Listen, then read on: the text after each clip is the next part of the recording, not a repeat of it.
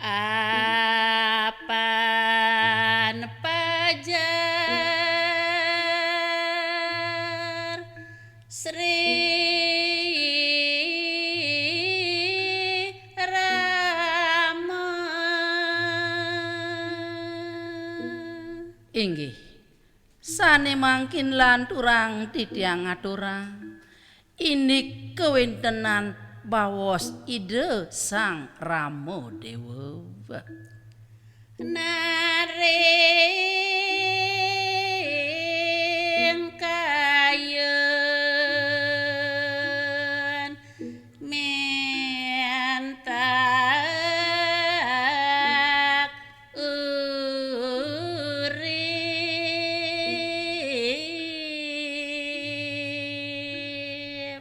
Menawi tiris jroning bawos ide Sang Rama Dewa punika wantah nunas urip saya wakti pisan. Nah, rare siada mangan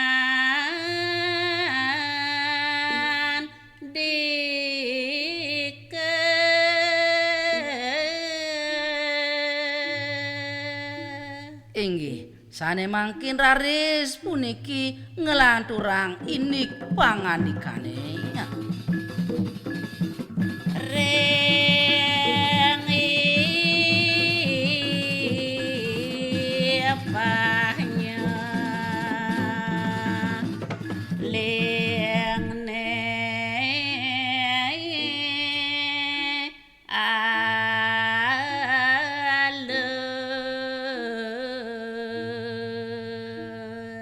Sayu wakti sedih menawi ide Dewi Sita mirengang pangandikan ide Sang Rama Dewa irika raris nganike majeng ring ipen idene Sang Laksamana. Adi bagus laksamana.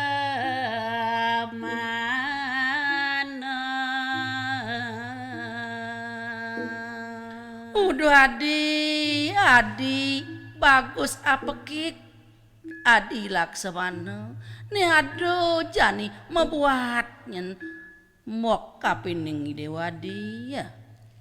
Ngede nangil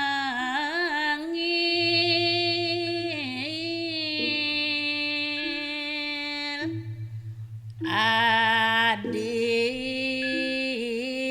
mirang leng iraka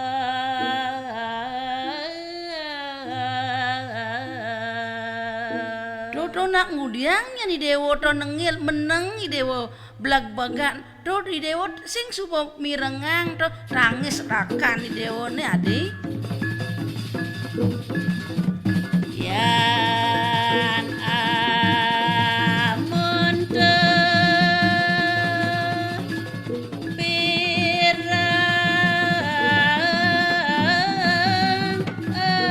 embok Yen dimonto tetangisan terakan ideone pirengang emo do adi jeg-jeg beneng sing jel adi adonyen kayu ni dewa lakar mebelo pati dekening rakan ni dewone nyen adi. pajari beli jarat jerit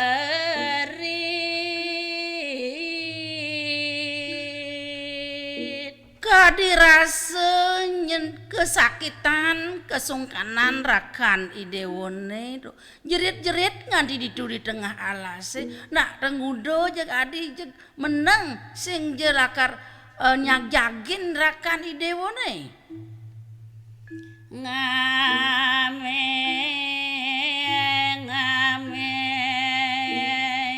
arani dewa tan je pepegatan yen bawa serakan idewone ngame-ame yen pesengan idewone dong jag-jagin adi minta urip tulung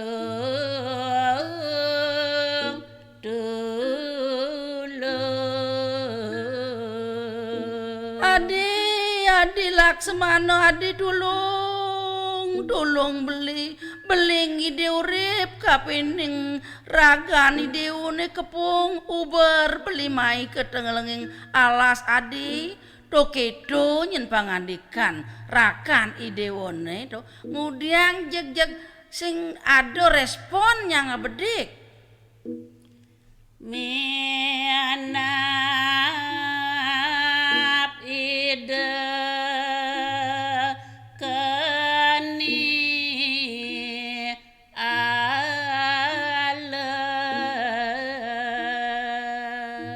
yen dimonto do yen dodotan rakan itu pasti ke sampun keni ale kena bayo ditu di tengah alas sane mangkin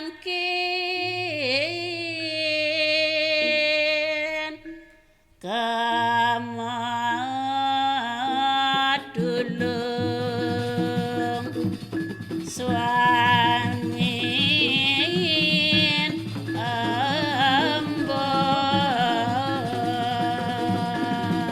nama kecudatnya nadi pengideh mbok jag tulungin rakan idewone kemo yang ngalang menjalan ke tengah alas duwin membalik kuri saling dola-doli jeg yang ngalang pang jeg mecucun jalan mecuat idewo